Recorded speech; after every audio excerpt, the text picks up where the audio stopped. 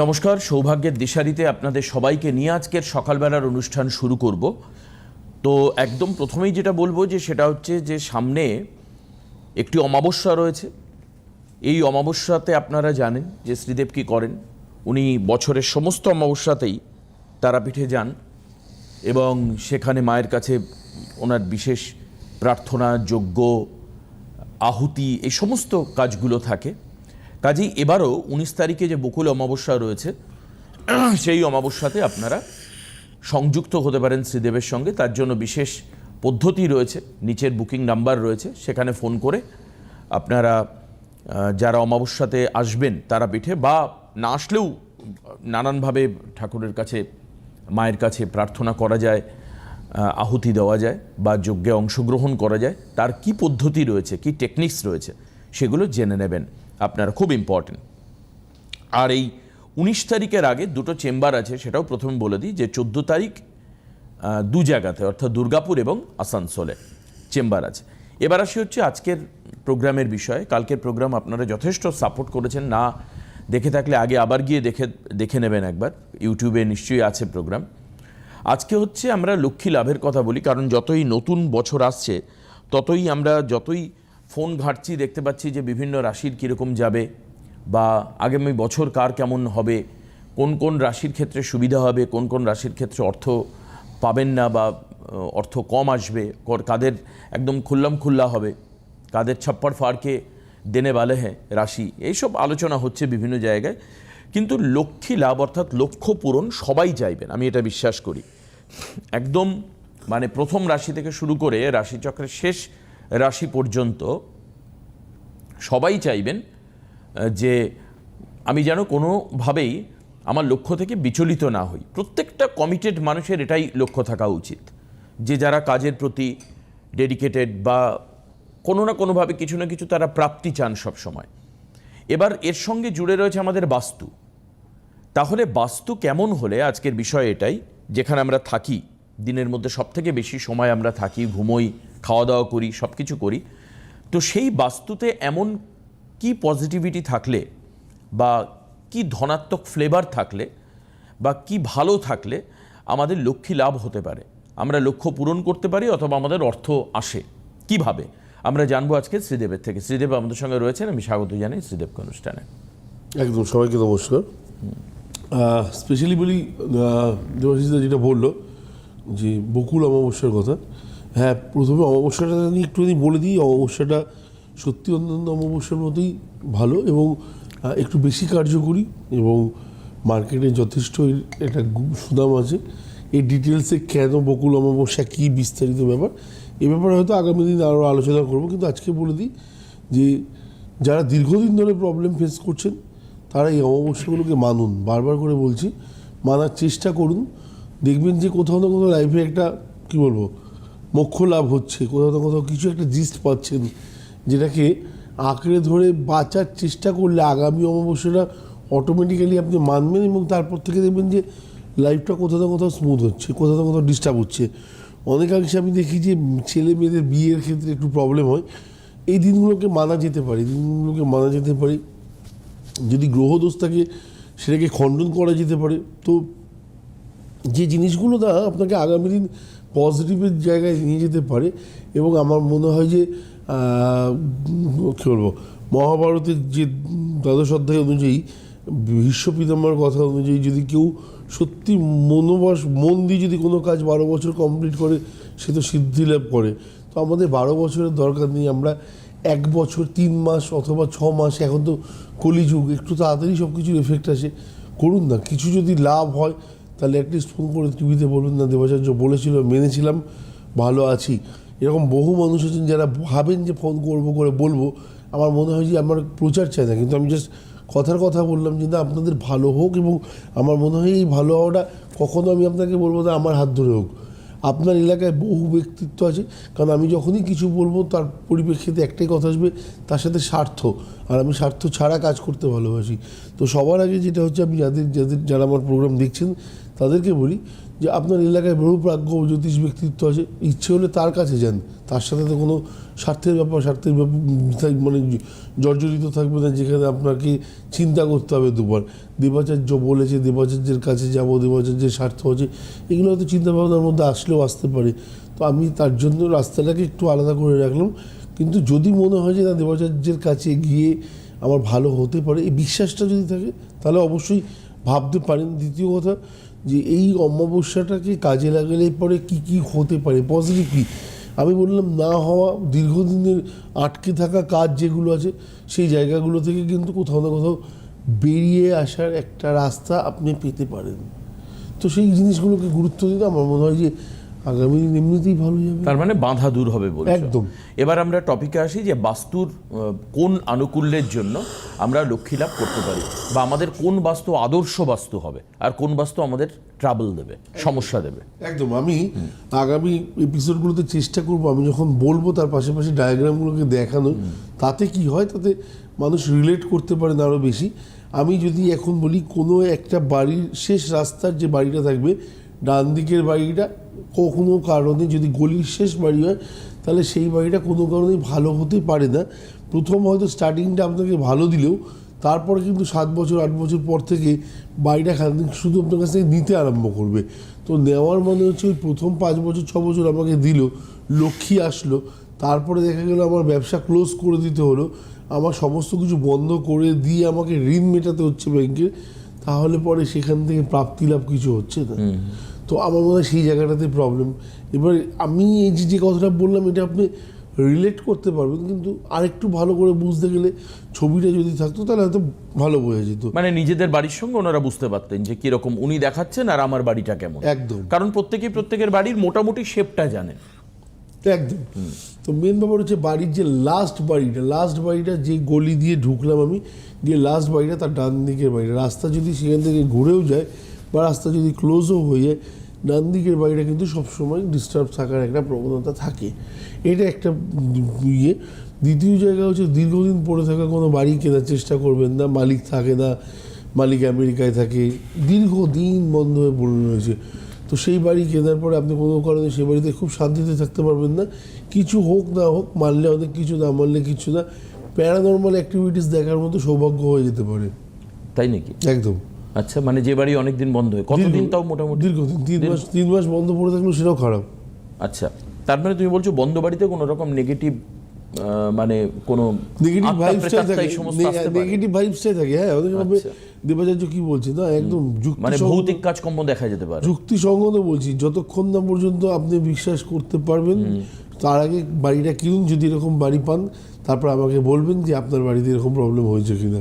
মানে সেটা যে কোনো জায়গায় হতে পারে। আমি 99% বাড়িতে বলবো না, কখনোই 99% বাড়িতে বলা ঠিক না। আমার ক্ষেত্রে 100% বাড়িতেই এই প্রবলেম হয়ে থাকবে। কি বলো, তাই নাকি? একদম 100%? হ্যাঁ, 99 বলে আমি কম বলতাম, 100%। আপনি 3 মাস বন্ধওয়ালা কোনো একটা বাড়ি কিনুন, সেই বাড়িতে কোনো প্রবলেম নেই, আমাকে বলুন এসে। মানে এরকম কি হতে পারে যে সেই কারণের জন্য সে বাড়ি বন্ধ করে চলে গেছে? হতে পারে। হতে পারে। অথবা ছেলে মেয়ে চাকরি পেয়েছে, বাবা মা তার সাথে চলে গেছে, এটাও হতে পারে। ছেলে মেয়ে চাকরি পেয়েছে, বাবা মা ওই বাড়িতেই মারা গেছে, তাও তো হতে পারে।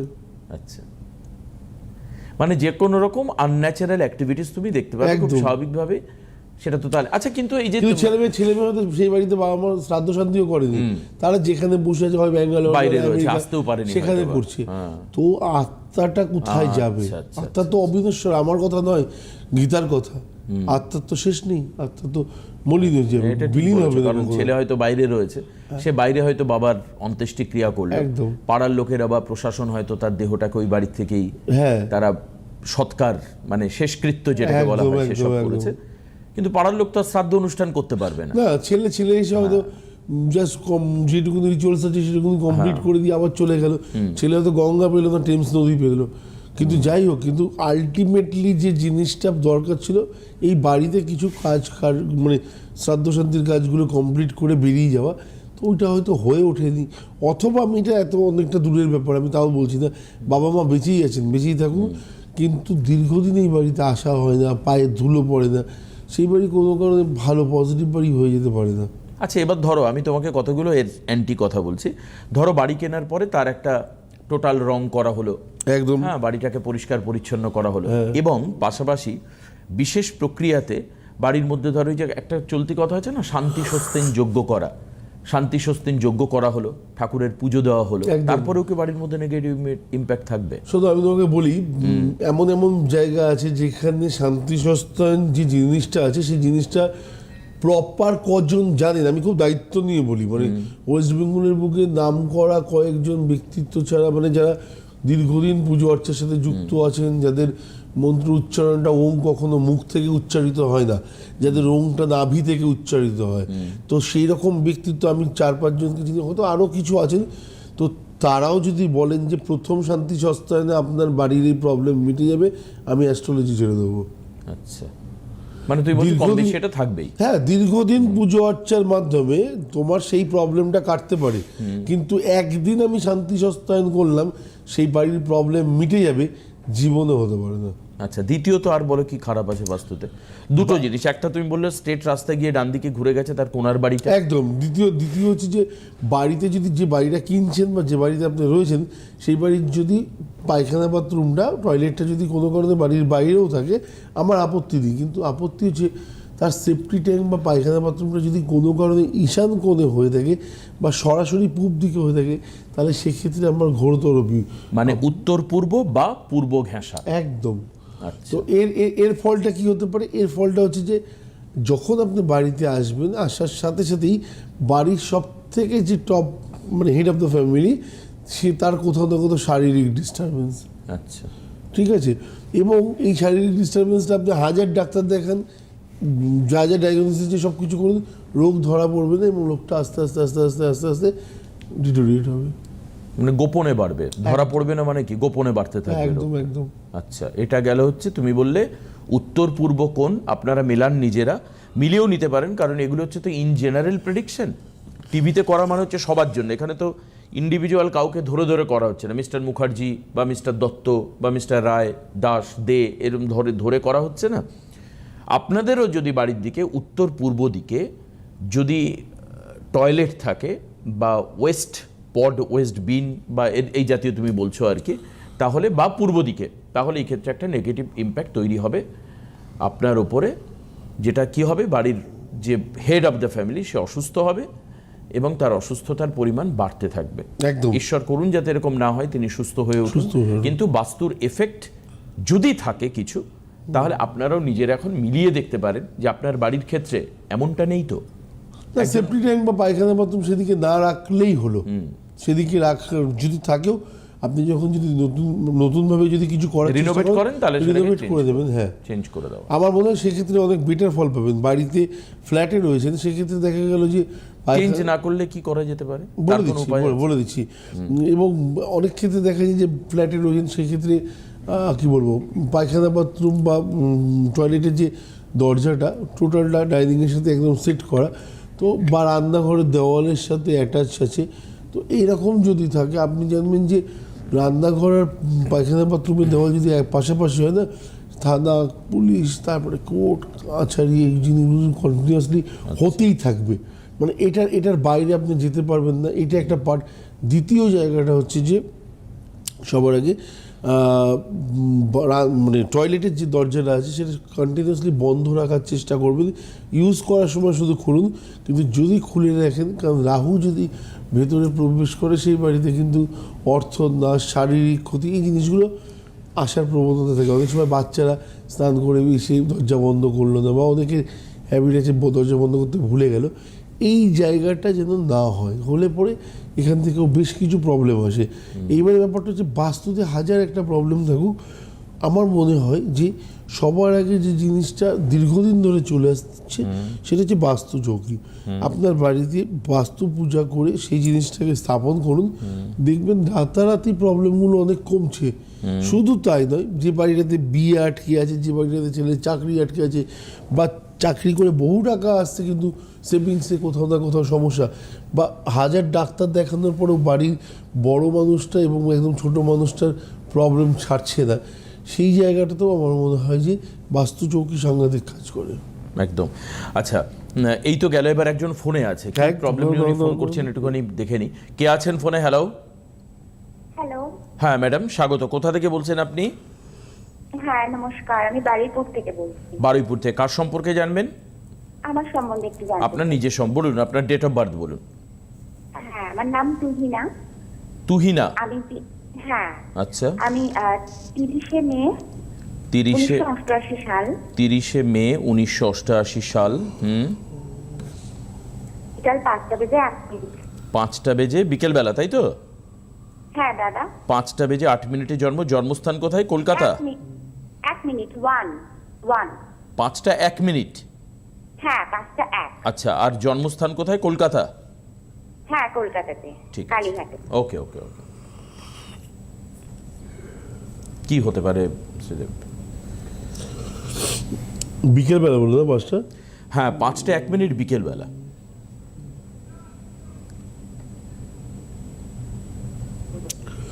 সোমবার ছিল তো? হ্যাঁ। আচ্ছা, বৃশ্চিক রাশি তুলা লগ্ন জানা আছে? হ্যাঁ রাশি জানি, তুলা লগ্ন। একদম। আচ্ছা, শুক্ররা বকরি আছে, এদিকে বকরি আছে, শনি, দুটো গ্রহ হচ্ছে একটু ডিস্টার্ব।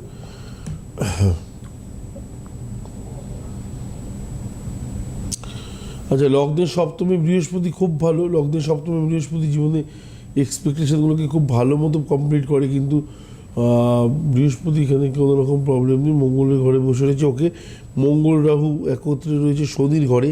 এটা ডিস্টার্ব, লাইফে না বেশ কিছু জটিলতার সম্মুখীন হওয়া। এবং শুধু তাই না, একটা প্রবলেম যদি কোনো কারণে দরজা দিয়ে বেরোলো, ব্যাস দরজা বন্ধ করার আগেই আরেকটা প্রবলেম এসে বলবে ভাই আমি এসে গেছি। তো এই একটা বড় সমস্যা থাকে লাইফে। এবং শনির ঘরে শনির ঘরে থাকলে এই প্রবলেমটা আসে। এবং বৃহস্পতির ঘরে শনি বসে রয়েছে ভালো, মঙ্গলের ঘরে চন্দ্র, এটা খুব একটা ভালো না। এটা অস্থি সংলগ্ন সমস্যার একটা সম্মুখীন হওয়ার প্রবণতা বাড়ায়। মানে হয়তো পায়ের মানে আর্থারাইটিস টাইপের কিছু, একটু স্নায়ুজনিত কিছু সমস্যা, এই জিনিসগুলো, বা পায়ের পাতায় কিছু প্রবলেম, যে জিনিসগুলো না ব্যথা সৃষ্টি করে, পীড়া দেয়। এবং বুধ শুক্র একত্রে বসে রয়েছে, শুক্রের ঘরে রবি বসে রয়েছে। শুক্রের ঘরে রবি বসে থাকলে না বিশ্বাসযোগ্যতাটা অনেক সময় হারিয়ে ফেলা যায়, বা রিলেটিভ বা রিলেশান এই জায়গাগুলো থেকে কোথাও না কোথাও মনে হয় যে এই জিনিসগুলোর কোনো মানে নেই। নাম্বার 1। নাম্বার 2 হচ্ছে যে সম্পত্তিগত যদি সমস্যার কথা বলি, সেক্ষেত্রেও আপনাকে ফেস করতে হবে, এবং খুব কাছের মানুষদের কাছ থেকে করা উচিত। একাদশে কেতু বসে রয়েছে, সঞ্চয়ের জায়গাটাতে ভালো জায়গায় পৌঁছাননি, কারণ হচ্ছে লাস্ট ইয়ারটা আপনার প্রচণ্ডভাবে মানসিক হতাশার মধ্যে দিয়ে কাটাতে হয়েছে। এবং 2024-এর 7 থেকে যেহেতু একটা খারাপ ফেজ, 2024-এর 7 থেকে আমি বলছি, কিন্তু আলটিমেট টেনশন পিরিয়ড 2021 থেকেই চলছে আপনার লাইফে ওভারঅল। একদম। তাহলে যা যা উনি বলছেন সেগুলো মিলছে? হ্যাঁ দাদা, সমস্তটা মিলে গেছে। সমস্ত মিলে গেছে তো? তাহলে এখন কি করতে হবে? তাহলে এই জায়গা দিয়ে বেরোনোর চেষ্টা করতে হবে। একদমই। তার একটা অ্যাস্ট্রোলজিক্যাল প্রতিকার দরকার। আমি একটু জানতে চাই একটা, যে আমিও একটা যেটা দাদা বললেন যে সম্পত্তিগত সমস্যায় খুবই মানে আমি জড়িয়ে আছি। হ্যাঁ, সম্পত্তিগত এবং সম্পর্কগত দুটোই বলেছেন। হ্যাঁ, দুটোই রিলেশন। সম্পর্ক তো আছে, সম্পত্তিটা একটু বেশি, সম্পত্তিটা একটু বেশি হচ্ছে। আচ্ছা, আবার সম্পত্তিটা এসে গেলে সম্পর্কটা একটু ভালো হয়ে যেতে পারে, তাই কি? এটা যাই হোক, এটা হওয়ার চান্স বেশি হয়ে যায় লাইফে। আচ্ছা, যাই হোক, তখন যখন তোমার কাছে অনেক অ্যাসেট থাকবে, তখন তোমার ফ্যামিলি মেম্বার খুব ক্লোজ হয়ে যায়, এটা খুব বাস্তব। আচ্ছা, এবারে বাকি হচ্ছে যে ওনার প্রশ্নটা কি ছিল? ওনার প্রশ্ন হচ্ছে সম্পত্তিগত সমস্যা থেকে বেরিয়ে আসা কি সম্ভব? না, আমি মানে যদি একটাই কথা, শুক্রর জায়গাটাতে যে ডিস্টার্বটা আছে এর জন্য আপনাকে পেতে হচ্ছে। এবং কেতুর মানে এই মুহূর্তে মহাদশা চলছে, যে কারণে এই প্রবলেমগুলো হয়। আমার বিশ্বাস যে 26 সালের এই অক্টোবর নভেম্বরের পর থেকে দেখবেন যে এই প্রবলেমগুলো অনেক মিটে গেছে। 26 সালের নভেম্বর বলছো, তো এখনো তো তাহলে 11-12 মাস। হ্যাঁ, ঠিক আছে। তাহলে এর জন্য কোনো অ্যাস্ট্রোলজি গাইড দেবে না বলছো? না, অ্যাস্ট্রোলজি গাইড উনি যদি চান নিতেই তো পারেন অবশ্যই সেটার জন্য। তাহলে আপনি একটু ভেবে দেখুন কি করবেন। তবে আপনার আরও 11 মাস মতো, এরপরে আস্তে আস্তে আপনি সমস্যা থেকে বেরোনো শুরু করবেন। বুঝলেন তো? শুনতে পাচ্ছেন? ধন্যবাদ। ঠিক আছে। আর আপনি যদি মনে করেন আসবেন, না মনে করলে না আসবেন, 11 মাস ওয়েট করুন। আর যদি মনে হয় যে অ্যাস্ট্রোলজিক্যাল হেল্প কিছু নেবেন তো নিতে পারেন, কনসালটেন্সি নিতে পারেন। আসলে যাদের জীবনে সমস্যাকে জোঁজবার ক্ষমতা নেই, তাই না, মানে দেখুন ব্যাপারটা খুব ঠান্ডা মাথায় বুঝতে হবে। আমার জীবনের সমস্যাকে আমার জোঁজবার ক্ষমতা নেই, মানে তার সঙ্গে ফাইট করবার ক্ষমতা নেই, এবং আমার হাতে টাইম নেই, তার জন্য হচ্ছে অ্যাস্ট্রোলজি হচ্ছে বেস্ট উপায়। বুঝতে পারছেন আমি কি বলছি? আমি অ্যাস্ট্রোলজি প্রোগ্রামে বসে বলছি এই কথা। যাদের জীবনে প্রতিকূল বা নেগেটিভ বা খারাপ পরিস্থিতির সঙ্গে লড়াই করার ক্ষমতা নেই, এক, আর দ্বিতীয়ত হচ্ছে যাদের হাতে টাইম নেই। টাইমকেই যে আজকে শ্রীদেব বললো যে 26শে নভেম্বর পর্যন্ত আপনার খারাপ যাবে। এখন আপনি যদি অত্যন্ত ধৈর্যশীল হন যে হ্যাঁ আমি আরও বেশি লুজ করতে রাজি আছি, বাট আই ক্যান ওয়েট, আমি ওয়েট করতে পারি, তাহলে আপনি ওয়েট করুন, নো প্রবলেম। আসারই দরকার নেই অ্যাস্ট্রোলজারের কাছে যে আমি আরও কিছু আমার ডিডাকশন আমি সহ্য করে নেব। যে ধরুন আপনার 10 বিঘা জমি ছিল, 2 বিঘা লোকে দখল করে নিয়েছে, আগামী নভেম্বর পর্যন্ত আরও 2 বিঘা জমি লোকে দখল করে নেওয়ার সম্ভাবনা রয়েছে। আপ ঝিল सकते हैं তো ঝিলো, কোই বাত নেই। আপনি যদি মনে করতে পারেন যে না আমার কোনো অসুবিধা নেই, হোক, আপনি 6 কাঠা বাঁচাতে পারবেন 10 কাঠা থেকে আগামী নভেম্বরের পরে। আর যদি মনে হয় না আমি আর কিছু দেব না এবং আমি এই টাফ সিচুয়েশন সহ্য করতে পারছি না, then you can come to the astrologer. তাহলে আপনি অ্যাস্ট্রোলজারের কাছে আসুন। অথবা আপনি বলছেন যে বহুত হয়ে চুকা হয়, অনেক কিছু হয়েছে, আর আমি ওয়েট করব না, then you come to the astrologer. তাহলে আপনি অ্যাস্ট্রোলজারের কাছে আসুন। এটা হচ্ছে একদম প্রপার সিস্টেম। বুঝতে, অনেকে বলে আমি কেন আসবো, অ্যাস্ট্রোলজি কি, আমাকে কি দেবে?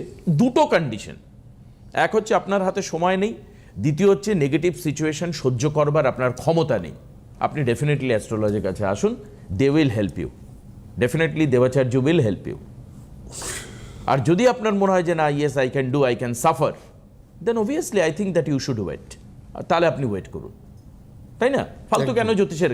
কারণ দেখুন একটা পরিষ্কার কথা আজকে সিটিবিএনে বলি, সিটিবিএনের যে সমস্ত অ্যাস্ট্রোলজার বা শ্রীদেব এদের কাছে আসলে আপনাকে তো একটা চার্জেবল, এটা তো একটা চার্জেবল। আপনি শুধুমাত্র সিটিবিএনে ফোন করে ফ্রিতে একটা কনসালটেন্সি পেতে পারেন, কিন্তু যখনই আপনি অ্যাস্ট্রোলজার কাছে আসবেন ইট ইজ চার্জেবল।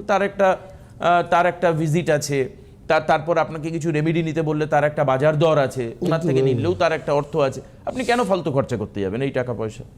কেন করতেন? বাস্তুর যদি কনসালটেন্সি করেন তার একটা চার্জ আছে, বাড়িতে যদি আপনি সব কিছু ছেড়ে দিন, যজ্ঞাদি করলেন বা কিছু আধ্যাত্মিক কাজকর্ম করলেন তার একটা খরচা আছে। কেন আপনি এক্সপেন্ড করবেন? আমার কথা তো তাই। আপনি ওয়েট করুন তাহলে। কিন্তু দেখা যাচ্ছে you cannot tolerate the situation, it is too much, then definitely will come. তাহলে আপনাকে আসতে হবে।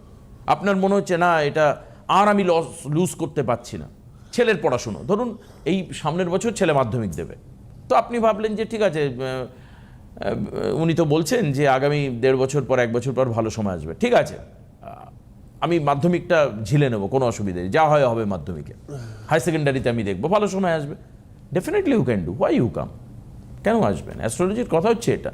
কিন্তু যদি আপনার মনে যে না মাধ্যমিকটা আমার নাম্বার দরকার, ভালো কিছু স্কোর করতে হবে, না হলে সমস্যা, তাহলে আপনি আসুন। আজকে ছেলে 8-এ পড়ে, 1 বছর সমস্যা থাকবে, আপনি কেন দৌড়ে আসবেন? যদি মনে হয় যে না 8-এর রেজাল্ট কোনো ব্যাপার না, ঠিক আছে চলো 9 থেকে ঠিক হয়ে যাবে, আসবেন না। অ্যাস্ট্রোলজির প্রোগ্রাম মানেই এটা নয় যে আশা এবং অনেক অনেক টাকার রেমেডি করা বা কিছু, আপনাকে বোঝানো। সেটা আরেকটা ছোট্ট কথা, যেখানে আমরা ছিলাম প্রায় শেষের দিকে আমরা চলে এসেছি, যে এই বাস্তুর ক্ষেত্রে পরিবর্তন না করে, তুমি যেটা বললে যে উত্তর পূর্ব দিকে বা পূর্ব দিকে ওয়াশরুম বা ইত্যাদি থাকলে সেটাকে সরিয়ে ফেলা উচিত। যদি না করতে পারি তাহলে হোয়াট আই ডু, তাহলে সব থেকে ভালো হচ্ছে সে বাড়িতে মানে বাস্তুর পুজো করা, নাম্বার 1। যদি অনেকের মনে হয় যে বাস্তুর পুজো করা সম্ভব নয়, তাহলে বাস্তুর পুজো মানে বাস্তু দেবতার পুজো, হ্যাঁ, এবং বাস্তু চৌকি ওটা আরো বেশি, মানে কি বলবো, 2-3 দিনের টাইম লাগে। আর সব থেকে ভালো হচ্ছে বাস্তু চৌকি এনে সেটাকে প্রতিস্থাপন করা। বেশ, চলো আজকে আর হাতে সময় নেই, আমাদের শেষ করতে হবে। অবশ্যই আগামী দিনে আগামী অনুষ্ঠানে আবার দেখা হবে। সবাই ভালো থাকবেন, সুস্থ থাকবেন। অনেক ধন্যবাদ শ্রীদেবকে, নমস্কার সবাইকে।